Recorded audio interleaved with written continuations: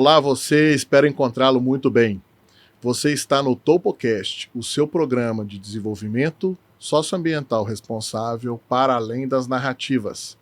Hoje temos um assunto, eu diria polêmico, né, senhores?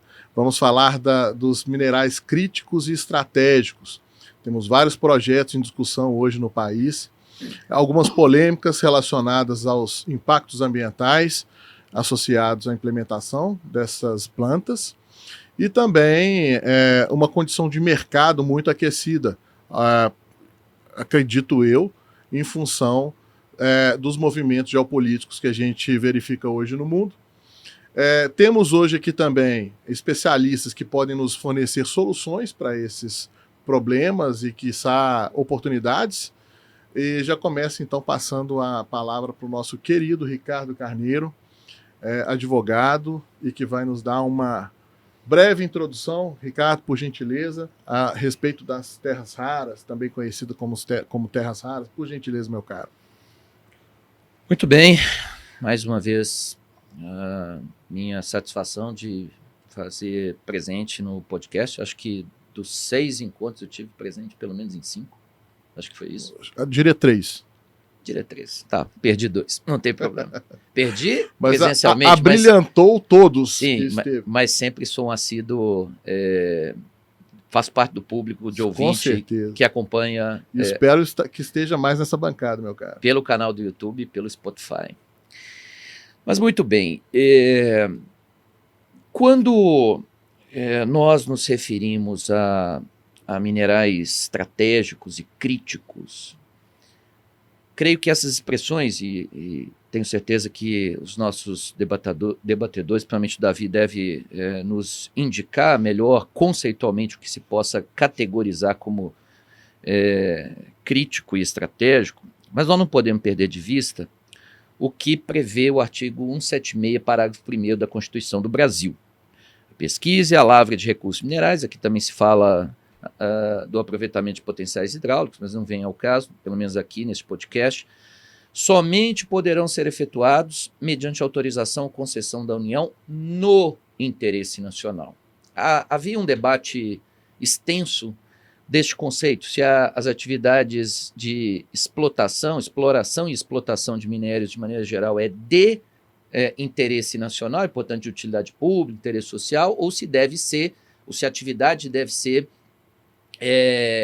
ou seja, não seria uma característica, seria uma qualificação. Quer dizer, qualquer atividade minerária deve ser exercida dentro dessa ideia, desse conceito geral abstrato da Constituição de no interesse nacional. É evidente que o interesse nacional se concretiza na legislação brasileira por uma lavra exercida de forma racional, equilibrada do ponto de vista ambiental e social, com o pagamento de todos os tributos e participações inerentes ao exercício da lavra, e assim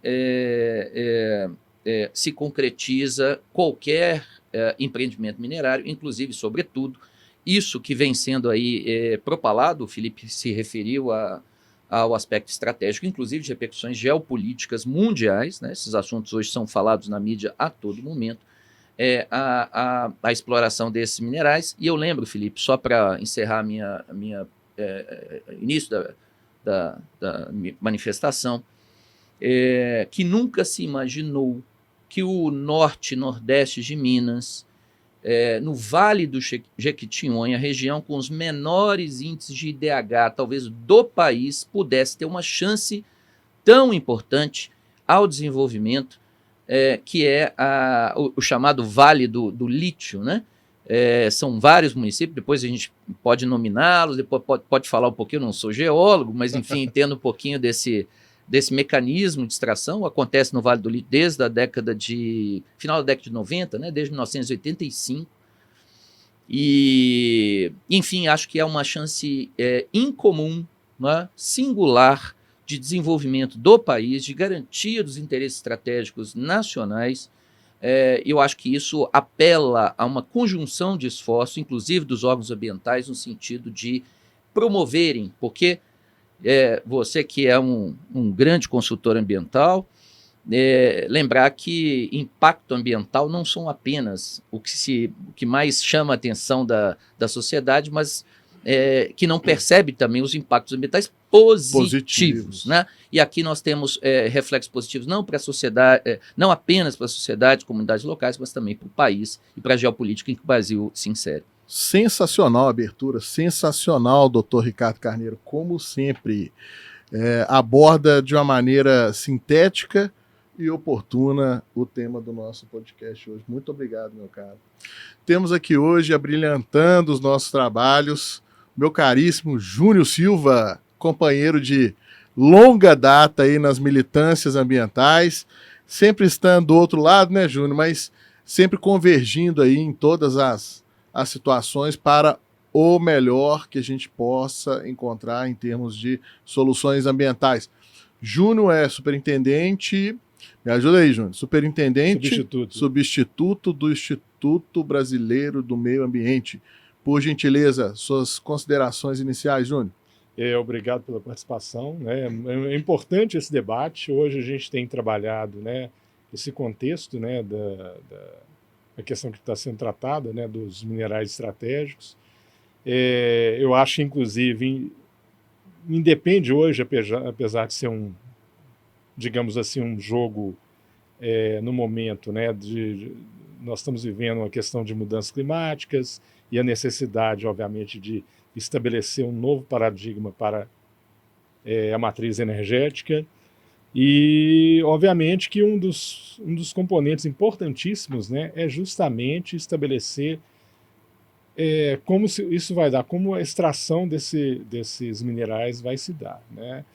Isso, obviamente, né, tratando do ponto de vista ambiental, nas várias esferas, seja no licenciamento estadual ou federal, dependendo do contexto, mas é muito importante, né, quando a gente trata disso, é justamente a questão do licenciamento e que é um dos grandes, digamos, dilêmicas, né? A gente conversou muito antes disso, né? Se era para levantar polêmica, né?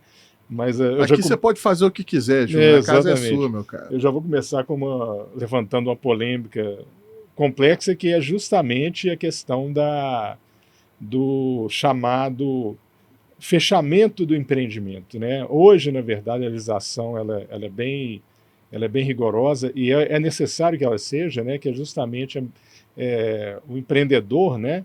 Ele já tem que trabalhar principalmente com o empreendimento minerário, o momento de abrir e qual o momento de fechar. Né? Ele tem que ter uma expectativa, obviamente, baseada, né, nas análises hoje bastante aprofundadas em relação à extração do minério e, a partir de um determinado momento, chega um procedimento de fechamento, que é, digamos, uma questão nova no cenário, né, no cenário nacional e, devo dizer, inclusive internacional também. Né? Nós temos, eu vou puxar lá no fundo, né, já aproveitando a minha deixa, que é a questão, por exemplo, de minas abandonadas. Para vocês terem ideia, né, nos Estados Unidos tem pelo menos 500 mil minas abandonadas ao longo de pelo menos 70, 80 anos. Né?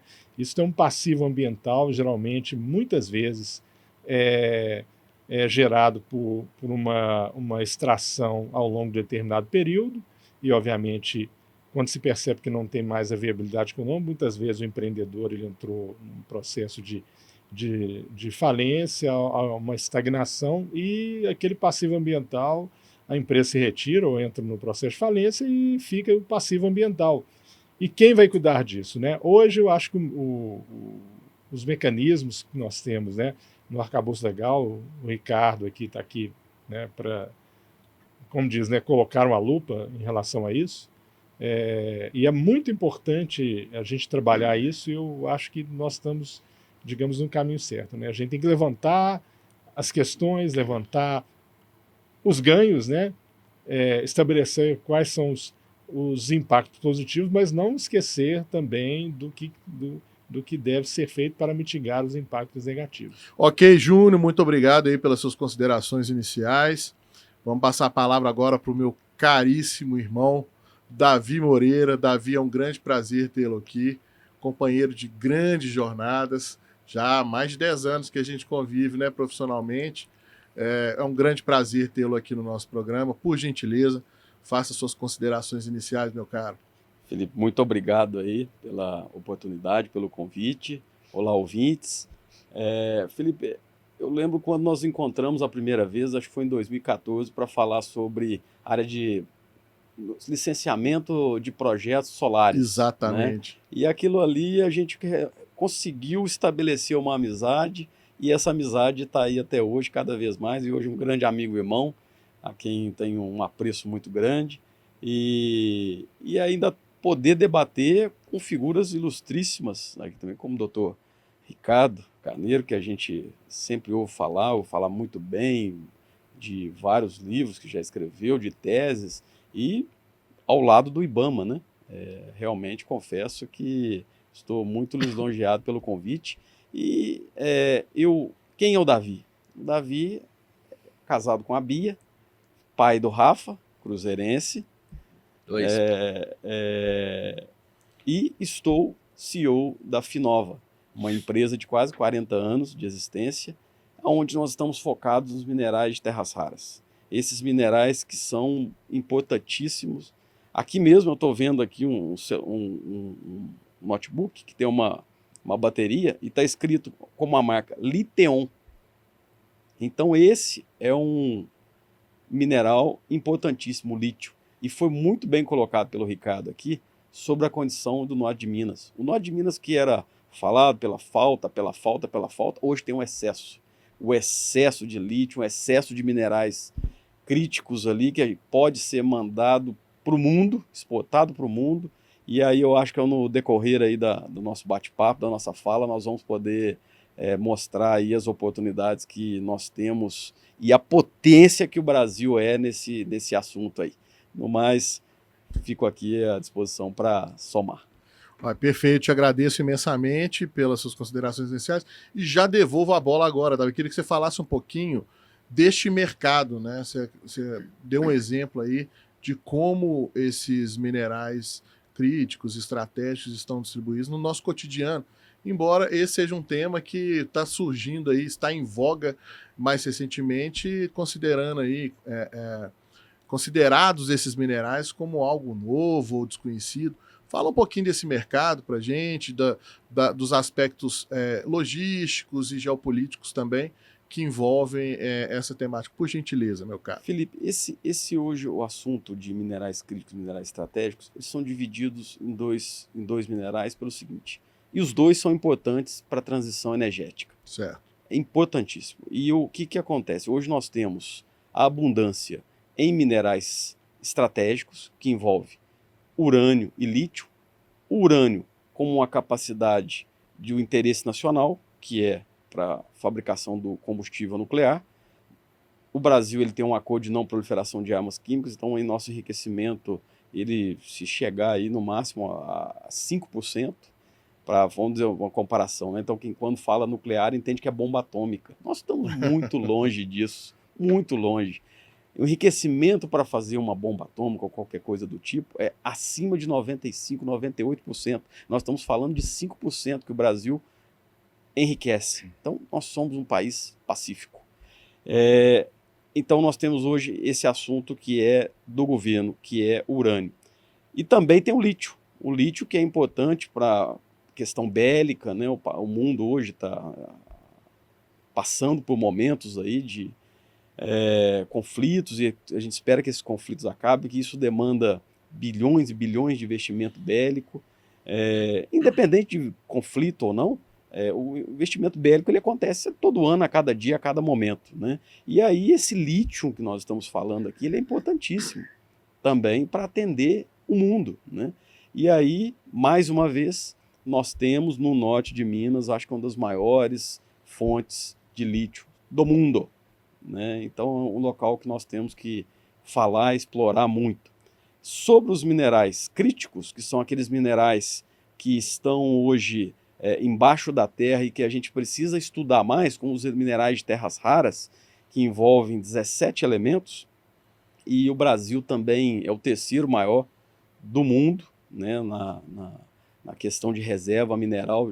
Com pouca sondagem realizada, né, Davi? Ou seja, com risco aí da gente ser o primeiro produtor mundial desses tipos de elementos de terras raras. Com certo? certeza. Não só para os minerais de terras raras, como também para o urânio, né? Sim. A pesquisa mineral aconteceu de urânio na década de 70 e a pesquisa de terras raras está iniciando agora. A grande planície uranífera, ela está localizada em Poços de Caldas, que é um mineral específico em argila iônica, que demanda uma rota tecnológica, que está sendo feito aí por várias empresas, 4 empresas basicamente, e 2 delas australianas, competentíssimas empresas. Conheci o pessoal da Viridies, da Meteoric, né? Todas listadas na bolsa, né, de Sydney. E aí nós temos também outros minerais, que são os minerais que não estão em argila iônica, que também não possuem rota tecnológica. Uhum. Então o que acontece? Nós temos uma reserva muito grande, porém não sabemos como utilizá-la ainda. Vou dar um exemplo. A Finova, nós de dezembro até a presente data, nós já devemos ter exportado em torno de 50 mil toneladas de blend contendo terras raras para a China.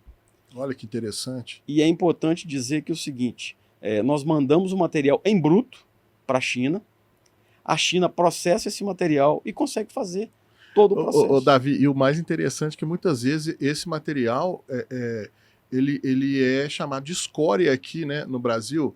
Parece que assim, nós estamos mandando uma escória, um rejeito da mineração, que na verdade isso lá sendo beneficiado e gerando muito valor, né? Muito valor, inclusive, para essas rotas tecnológicas. Exatamente. Às quais você se referiu. Perfeitamente isso. Nós enviamos o material em bruto, ele sai geralmente da pilha de estéreo, 99% da pilha de estéreo, vai como um resíduo e lá na China ele é processado e aí é feito o celular, é feito a bateria do carro elétrico e várias outras aplicações.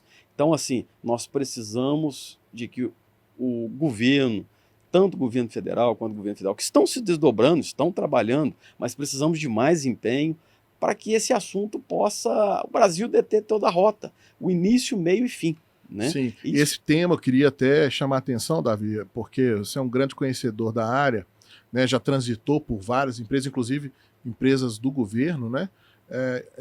Eu queria saber o seguinte, hoje nós estamos em discussão aí para a retomada da construção de Angra 3. E nós temos também alguns conceitos técnicos que são, entre aspas, novos, né? Como, por exemplo, o tal do reator multicritério, que pode, enfim, otimizar esse beneficiamento do combustível, no caso aqui do Brasil, né? Que seria o urânio. Fala um pouquinho para a gente se hoje nós teríamos condição de otimizar essa extração, beneficiamento e utilização dentro dessas usinas, porque eu acho que isso traria eu não sei se isso é possível ainda, mas se fosse, a gente teria um grande ganho, inclusive, nas questões de descarbonização, né, Júnior? Por gentileza, Davi, para a gente começar essa rodada aqui. Bom, esse assunto é fantástico, é maravilhoso. Eu realmente convivi na indústria nucleares do Brasil, iniciei lá em 2017, fiquei até 2018, responsável como superintendente de engenharia, licenciamento, projeto de qualidade da unidade de descomissionamento de Caldas. E agora, recentemente, eu fiquei de 2023 a 2024 como primeiro superintendente de novos negócios e minerais estratégicos associados ao urânio. Da INB. Da Indústria Nucleares do Brasil. Uhum. E eu achei fantástico. Você comentou e abordou, é fantástico. O reator multipropósito, o RMB, comandado pela Marinha, junto com a Amazul, é um trabalho maravilhoso que eles fazem e está muito avançado. É um projeto que eles iniciam e qual que é o tempo de maturação? O tempo de maturação desse projeto, geralmente 10 anos. O tempo de desenvolvimento, 25 anos.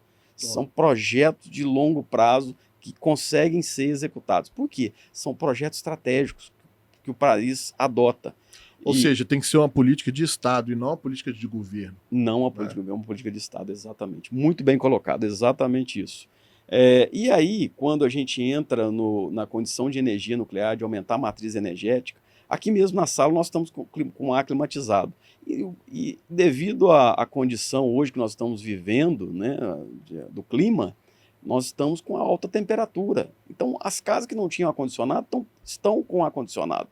O ar-condicionado está fazendo parte da rotina e isso aumenta a demanda energética, e muito. E a matriz hidráulica não consegue atender. Nós temos hoje, eu não vou entrar, depois não quero polemizar, viu, o IBAMA é importantíssimo nesse processo, mas nós temos também as condições de energia renovável que demanda também a fonte de energia. De terras raras, porque são elementos utilizados nos geradores eólicos, né? Exatamente, nas placas de geração solar também. Inclusive, no nosso último episódio, o Ricardo deve se lembrar, a gente abordando a temática das alterações climáticas, é tempo até mais de nos adaptarmos do que procurarmos de pronto as soluções, né? Eu acho que urge hoje que nós nos adaptemos primeiro para depois a gente poder agir com relação a isso. Fala um pouquinho dessa temática para nós, cara. O Felipe, eu quero até sem criar grandes polêmicas, porque o mundo de hoje não permite mais polêmicas, né? Há um policiamento muito forte, mas eu não vou instar o nosso Júnior, grande amigo do IBAMA, a falar sobre a margem equatorial, porque a extração de petróleo, né, por enquanto, mero estudos geofísicos, enfim.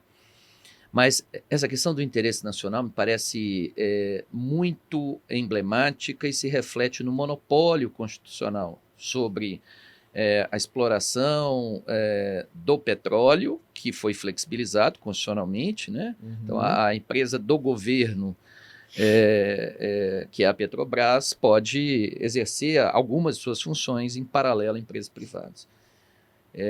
Não sei se esse tema que pode ser explorado aqui se pode se avançar em relação à extração e comercialização do urânio. Aqui há outros problemas, porque o petróleo é uma solução, o urânio me parece também, só que tem consequências num comércio internacional, eventualmente num mercado oculto, né, de materiais físseis. Uhum. Agora, é interessante, isso é curioso, né? Eu tinha 15 anos no dia 26 de abril de 1986, quando aconteceu o acidente nuclear com fusão do reator 4 da usina de Chernobyl, na Ucrânia, né? Lá na fronteira com a Bielorrússia, hoje Belarus. Eu tinha 16 anos quando aconteceu o acidente com o Césio 137 de Goiânia. E a minha geração foi muito impactada pelo pós-guerra, um ataque nuclear no Japão, né? Enfim, aqui não há espaço para discutir a necessidade desse ataque, o contexto da Segunda Guerra. E temos Hiroshima e Nagasaki. Acidente recente de Fukushima, né? E Fukushima, muito bem lembrado, que foi um acidente gravíssimo, um pouco abaixo, talvez seja o segundo mais grave acidente nuclear da história. Mas eu sou, talvez até por ter sido impactado numa fase da vida em que o adolescente tem medo de se contaminar, de se sujar, lava a mão, isso acontece com todo adolescente, né? Esse é um processo psíquico e psicológico que todo mundo passa. Então isso me impactou muito, mas por outro lado eu fiquei apaixonado pelas capacidades da energia nuclear. Eu tenho alguns dados e com isso vou provocar, se você me permitir, Felipe. Aqui a casa é sua, meu caro. Pois para a gente entender, e falando um linguajar, eu não sou físico, nem geólogo, enfim, mas veja bem, a energia liberada na fissão de 1 grama do núcleo, na verdade do isótopo 235 do urânio, né? Porque, pelo que conheço, parece que esse isótopo na natureza ele ocorre em uma quantidade muito pequena e o urânio precisa ser enriquecido, né, para que se possa... Porque acho que os outros isótopos não são físseis, né? E a fissão, posso estar falando bobagem, viu, Davi? Depende aí desse processo de enriquecimento e da geração do isótopo 235. Mas 1 grama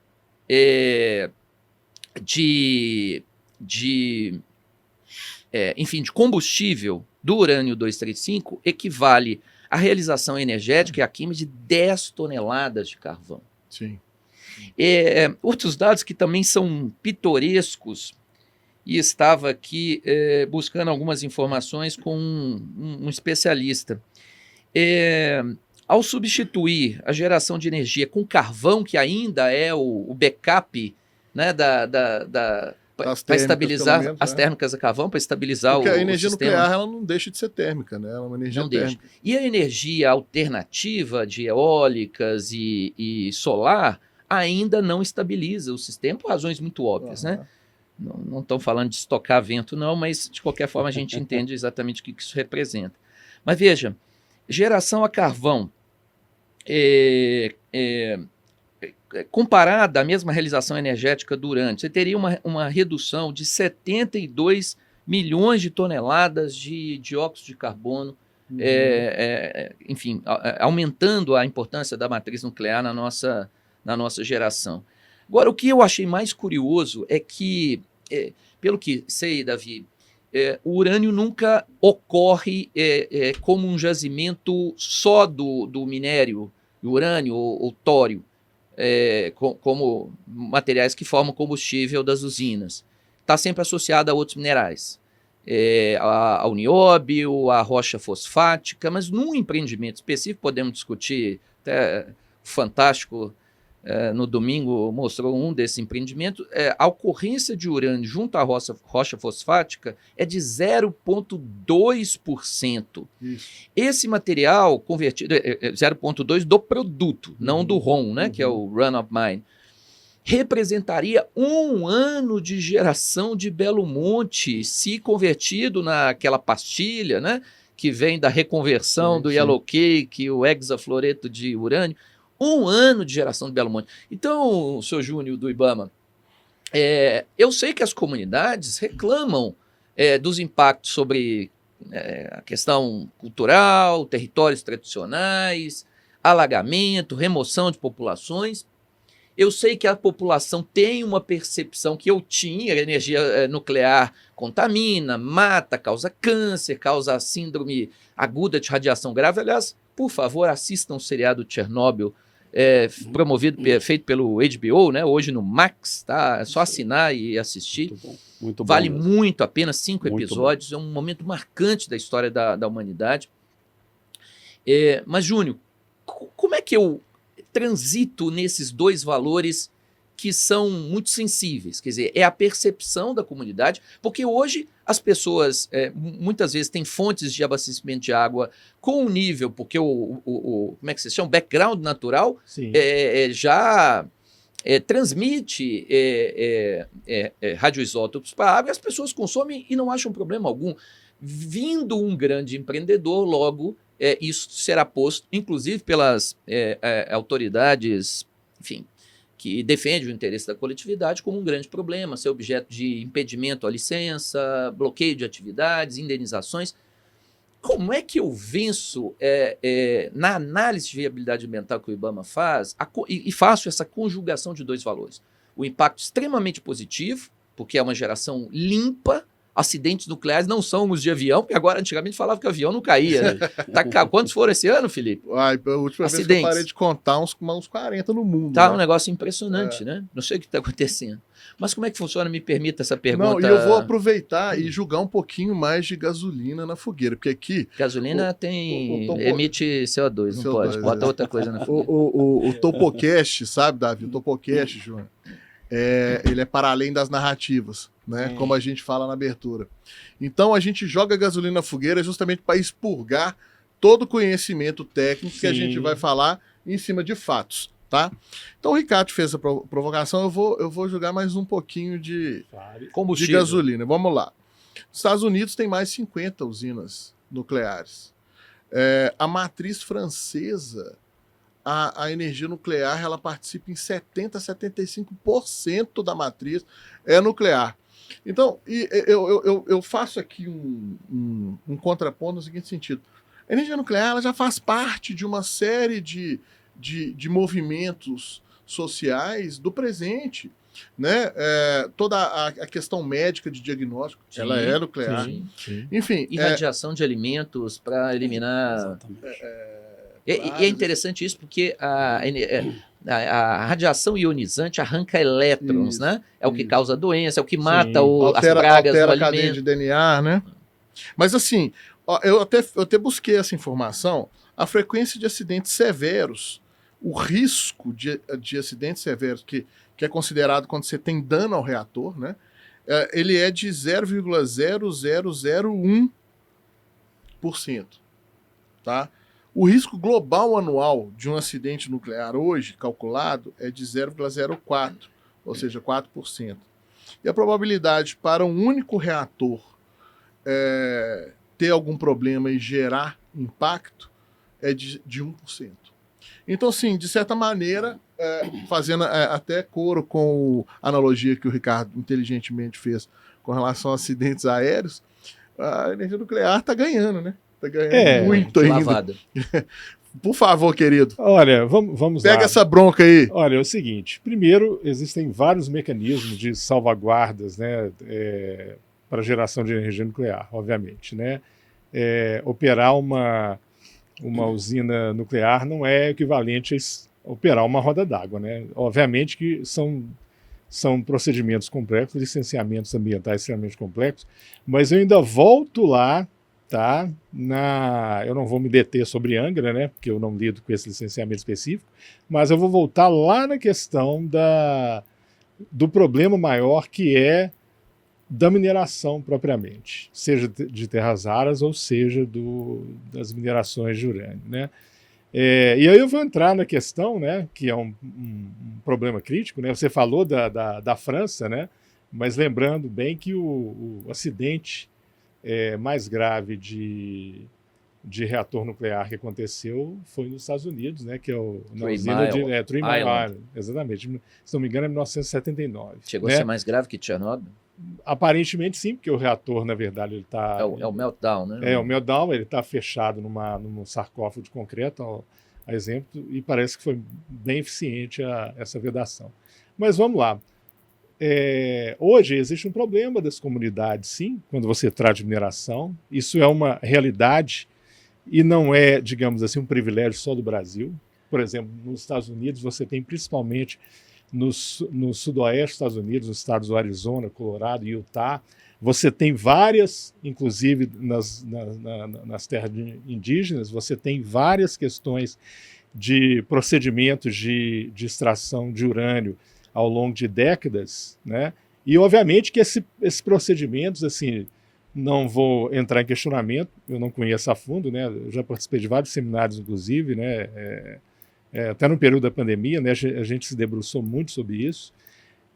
O grande problema é justamente o quê? O processo de extração, o processo de beneficiamento, ele gera uma série de situações e que elas não são, digamos assim, muito eficientes na contenção desse procedimento no processo de enriquecimento.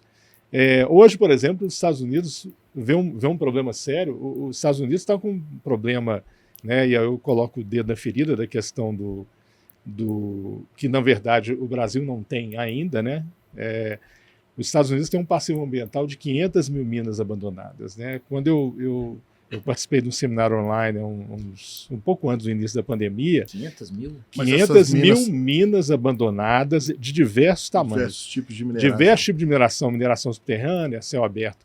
O que é o conceito da mina abandonada? É simplesmente, né, a gente estava discutindo isso antes, quando o empreendedor, né, ele começa, isso são passivos ambientais que começaram há 70, 80 anos atrás, na década de 50 principalmente.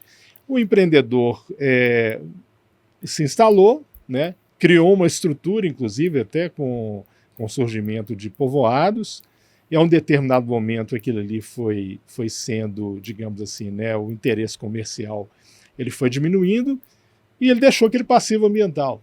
Tá?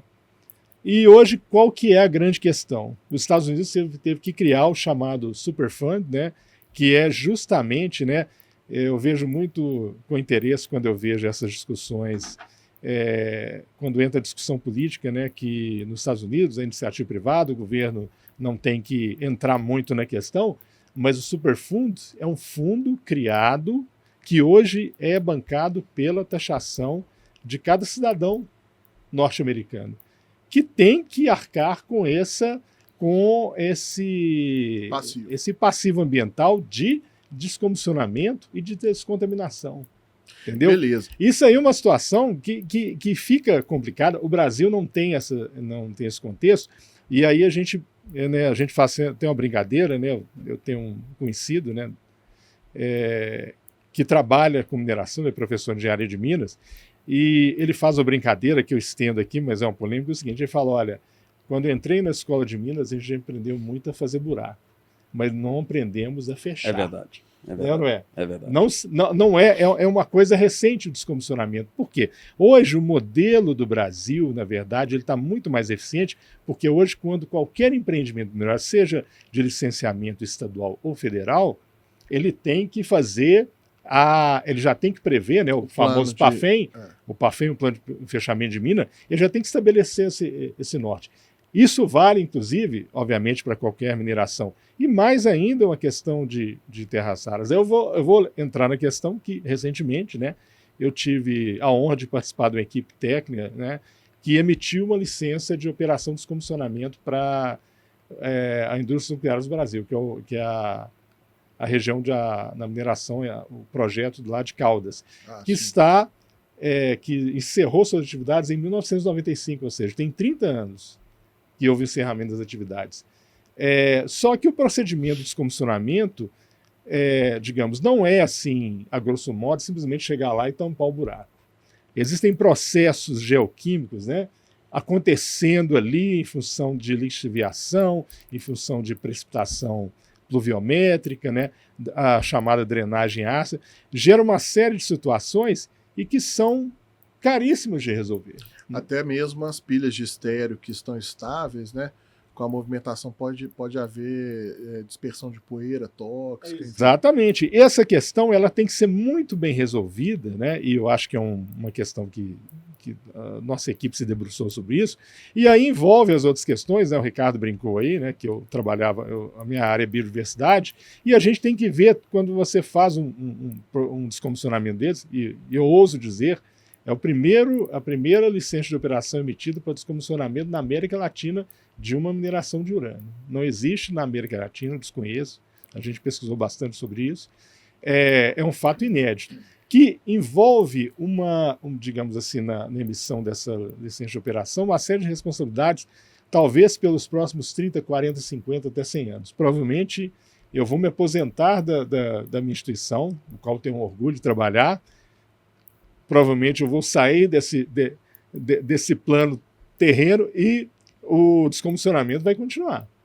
Ou seja, essa é a questão, né, voltando, né, devolvendo a bola. Se você me permite só uma parte aí, eu achei fantástico isso. Realmente, eu fiquei na INB em 2017, 2018, e assim, dando volta, porque tinha feito um plano conceitual, existia um plano conceitual, que era o plano da Golder, e esse plano não era um plano executivo. E aí o que acontece? Quando nós recebemos esse plano conceitual, nós não sabíamos o que fazer, né? E aí, com essa nova visão, e aí eu digo, é importante dizer o seguinte, sem querer fazer crítica à eletronuclear, que inicia o ciclo, né, que é a geração de energia, onde tem um presidente lá que não é de carreira, uma pessoa que tem uma gestão, que tem visão, mas não é de carreira. E a INB tem essa vantagem. O presidente da INB tem 42 anos de história, 42, 43 anos.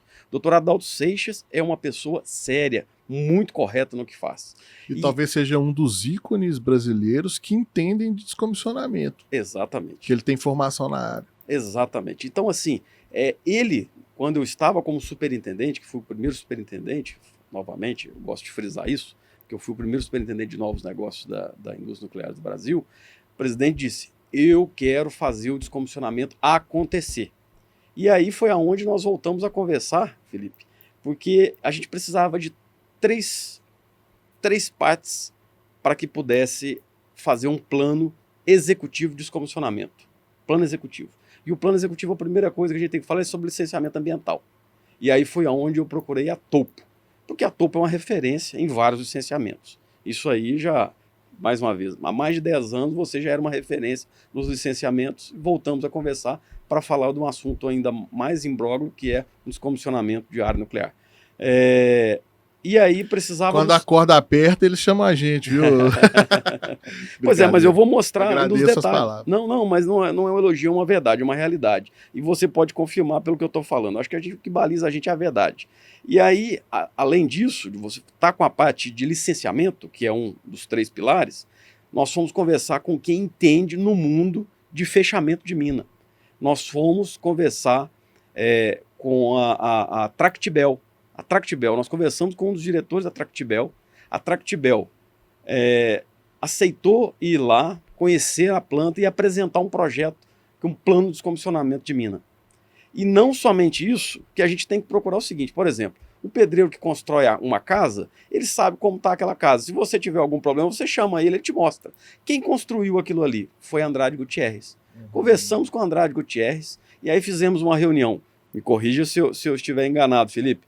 Nós fomos uma reunião estratégica lá em Caldas, com a sua presença para ver uma possibilidade de nos apresentar um projeto de ambiental junto com a Tractibel e junto com Andrade Gutierrez.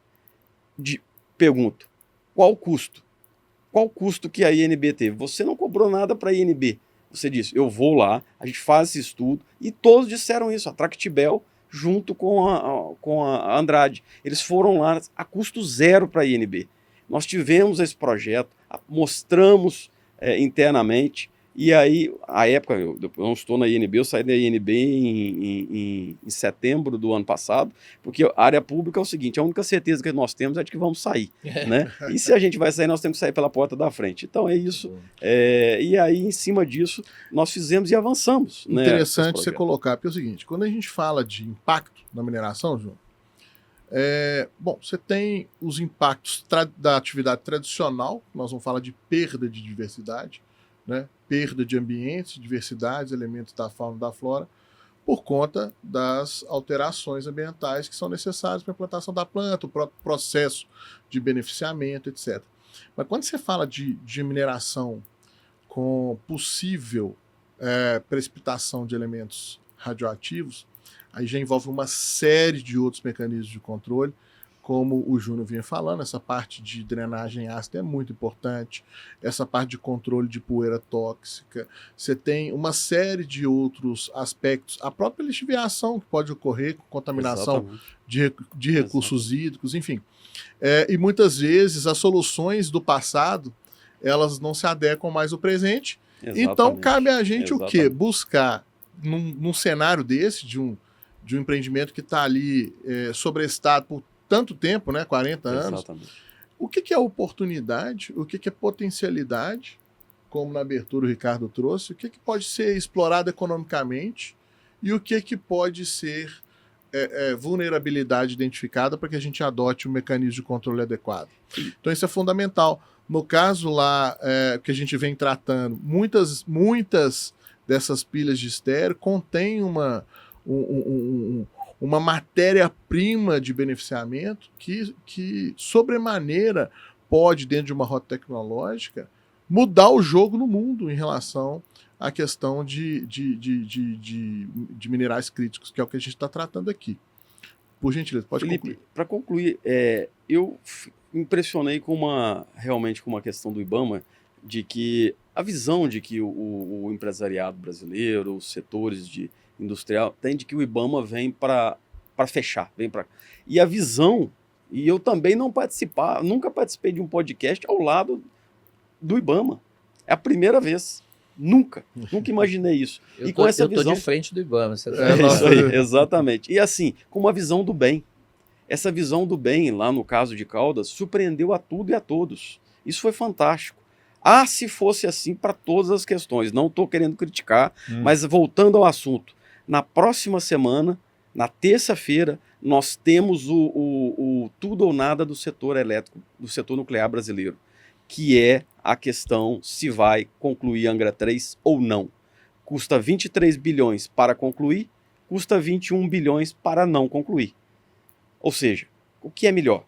Né? E aí essa é uma visão de que não estou dizendo do IBAMA, estou dizendo do IBAMA, isso demanda uma visão estratégica de governo, né? E aí envolve vários setores que também têm a participação do Ministério do Meio Ambiente. E a pauta ambiental é uma das pautas da sociedade e uma das pautas das decisões de governo, né? Aqui há questões estratégicas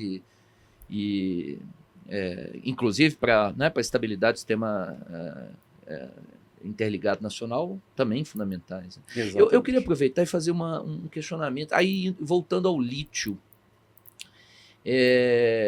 tem muitos aí tomando lítio, né, para estabilizar o humor ou combater a depressão, para mostrar que o lítio também é importante na indústria farmacêutica. É verdade.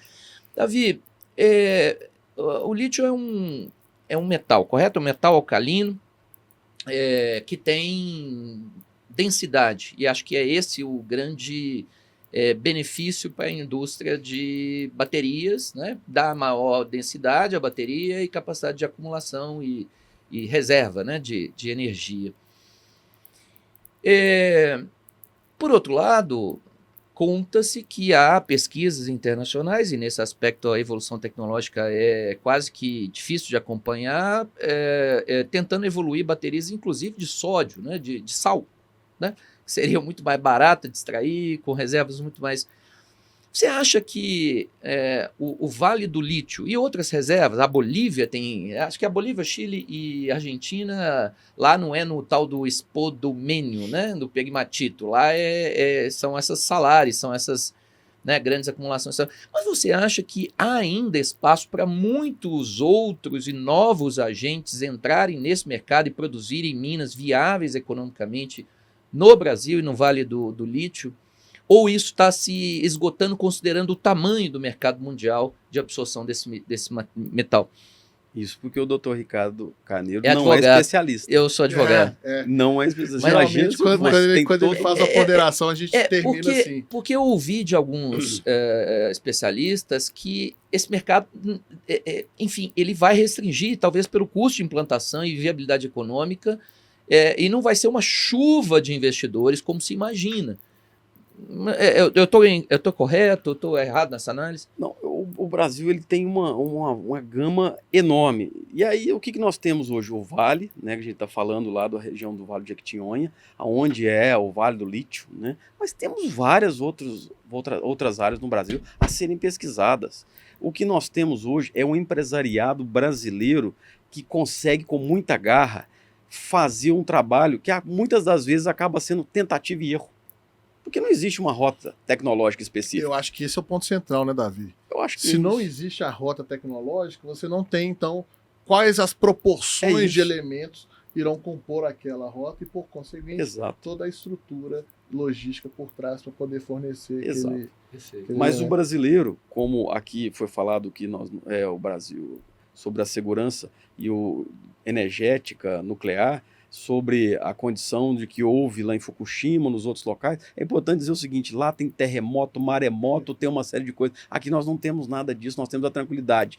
Mas o que nós temos de dificuldade é o seguinte: o empresariado brasileiro não tem um apoio para poder fazer o desenvolvimento. Nós não investimos em pesquisa e desenvolvimento.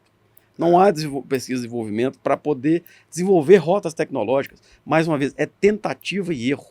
E aí o empresariado ele começa a avaliar aqui, a olhar, e aí une-se, por exemplo, a empresas australianas, canadenses, americanas, que já têm um trabalho já desenvolvido, converge isso para que dê certo e acontece. Então, respondendo, o Brasil tem muitas oportunidades para o mundo. O mundo sabe disso. Entanto que o Canadá e a Austrália não saem daqui. Nós temos várias empresas que estão aqui acompanhando e verificando. A China, falar eu não quero mandar para a China. A China detém hoje 98% do monopólio de terras raras do mundo. Por exemplo, em Minas Gerais, nós temos o laboratório fábrica de terras raras, laboratório fábrica de ímãs de terras raras, LabFab, que está hoje com a FIENG, muito bem conduzido, muito bem conduzido. Porém, é o seguinte, as partes não se encontram. Nós temos o CDTN, o Centro de Desenvolvimento de Tecnologia Nuclear, que fica dentro do FMG, que é ligado à CENEM, que nem, cada um fala do jeito, né? A Comissão Nacional de Energia Nuclear. o CDTN já conseguiu separar os 17 elementos de terras raras, já está lá. Agora ele precisa fazer a segunda parte, que é fazer a rota. E aí a rota está lá dentro do CDTN, do LabFab, que é da FIENG. E o que acontece? Todos os equipamentos são chineses. Existe a condição, todos aqui sabem, que o monopólio do terras raras no mundo é da China. Ela não transfere tecnologia. Ou seja, se você não se aliar à China, nesse caso, vai ficar para trás. Ou desenvolver a Até tecnologia. porque a calibração, A calibração dos equipamentos que Depende compõem o deles. laboratório é deles, né? É deles. Ou seja, eles controlam até o que deles. é pesquisado. No final das Exatamente. contas. É aquela Eu história. acho que eu tenho uma questão para levantar aí, olha para vocês verem, Eu né? tenho uma para você também. A gente não, eu acho que uma das coisas muito importantes, a gente começou falando de terras raras, e matriz energética. A gente vê hoje, na verdade, nós citamos aqui energia nuclear, energia eólica, fotovoltaica, hidrelétrica, termoelétrica, não baseada em carvão, mas em gás natural, né, que existe um processo de carbonização também, né, pequeno, mas existe. E eu acho que uma das coisas importantes que a gente tem que entender é que a gente tem que ter, assim, existe um ditado, não coloque todos os ovos na mesma cesta. Então é o seguinte, eu acho que uma das coisas essenciais é a matriz energética não ficar baseada em apenas um contexto. E eu acho que nesse momento o país, nós estamos numa situação, né, eu detesto usar esse termo, né, o Ricardo adora, né, de player mundial. O Brasil está num ponto estratégico porque a gente não se fechou e não estamos fechando a questão da energia renovável, do incentivo à energia renovável. Um dos principais países do primeiro mundo hoje está com uma agenda que demonizou a energia renovável em detrimento da energia, dando preferência para o carvão e petróleo. Na verdade, você tem que, é aquela história, não coloque todos os ovos na mesma cesta. Porque você vai ficar numa situação de dependência. Nós temos que investir. Não, mas a gente está gastando muito dinheiro para fazer o que você falou aí, né? Da convergência tecnológica, ou seja, você precisa ter os parâmetros. Acho que a pior estratégia que pode ter para um país é basear todo o seu, digamos assim, o seu direcionamento, nós vamos só investir nesse tipo de energia. E a possibilidade de dar errado é muito grande. Meu querido, mas lembrando aqui que 89% da nossa matriz é renovável. Exatamente. A matriz do Brasil, o Brasil 89% é de fonte renovável. Não demonizem o petróleo, porque dele, independente da realização energética, depende aí mais de 13 mil substâncias químicas que são aplicadas. Não estou demonizando, e ele mas eu que traz a segurança até para que a devida e eficaz transição energética aconteça. Ele que é o nosso laço. Fechando aqui, só um ponto que eu queria trazer, que é o seguinte, fechando o licenciamento, tá?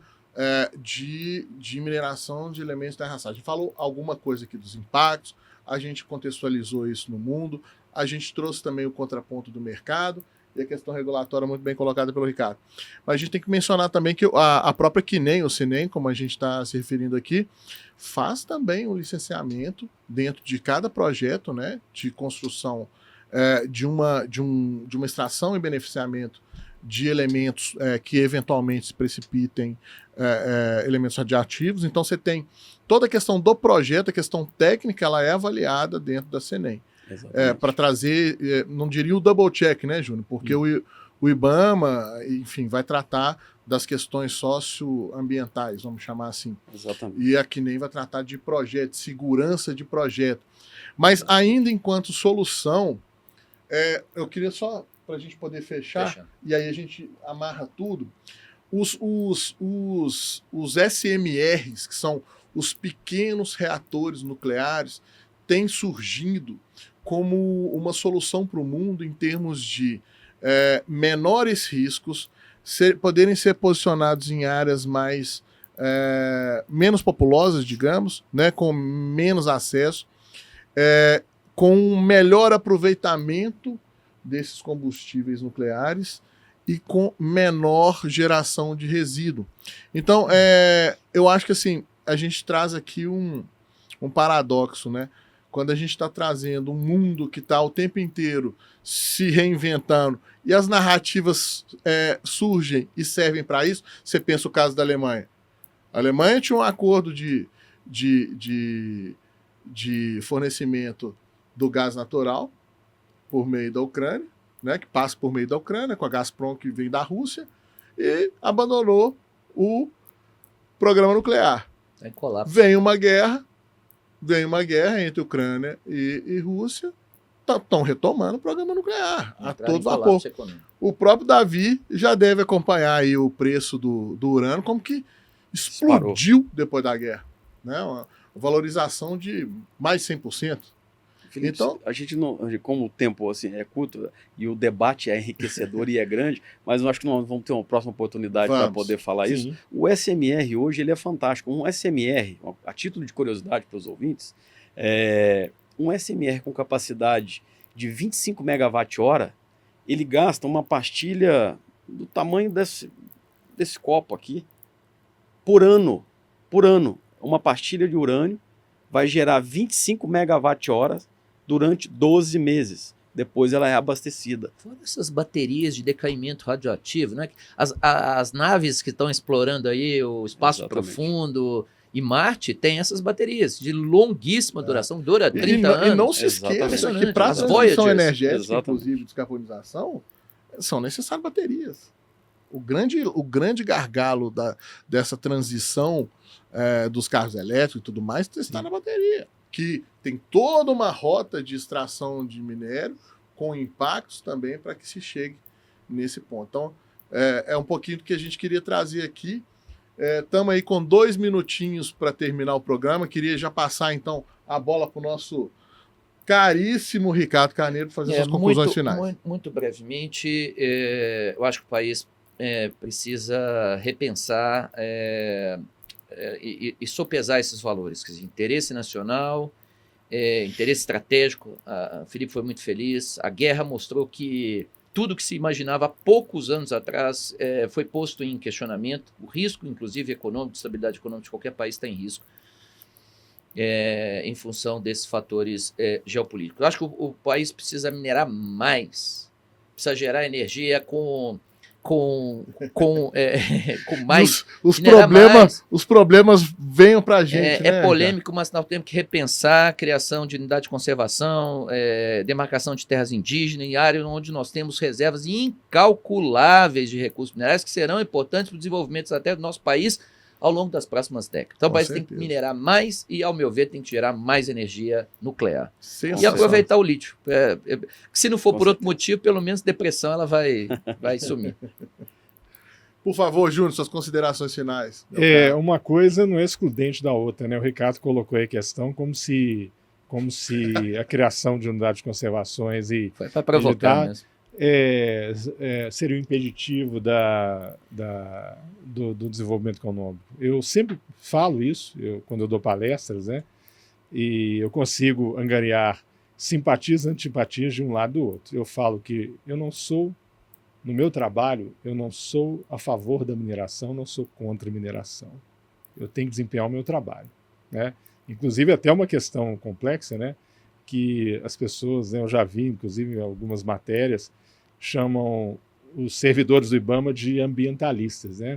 Nós somos analistas ambientais, técnicos ambientais, analistas administrativos, técnicos administrativos, e que tem a função realmente de fazer tocar uma instituição importantíssima, entendeu? Tem um histórico aí de 35 anos de trabalho e que vem desempenhando o seu trabalho de maneira exemplar, né, dentro das possibilidades. Então, nós temos certeza disso. A gente te provoca, mas a gente nunca briga, né, Júnior? Exatamente, isso mesmo. Por favor, doutor Davi, suas conclusões finais. Quero agradecer aos ouvintes pela oportunidade de estar aqui, ao Felipe, ao doutor Ricardo Carneiro, ao Júnior, realmente que trouxe uma visão totalmente diferente do IBAMA, que continue assim, e mais uma vez sempre à disposição aqui para somar para nossa matriz. Minas Gerais é um mar de oportunidade, apesar de não termos um mar de verdade. Fantástico. Muito obrigado. Perfeito. Muito gente, gostaria então de agradecer a você, ouvinte, que esteve com a gente. E sempre acompanhe nos nossos canais o TopoCast, o seu programa de desenvolvimento responsável para além das narrativas. Um forte abraço, até a próxima.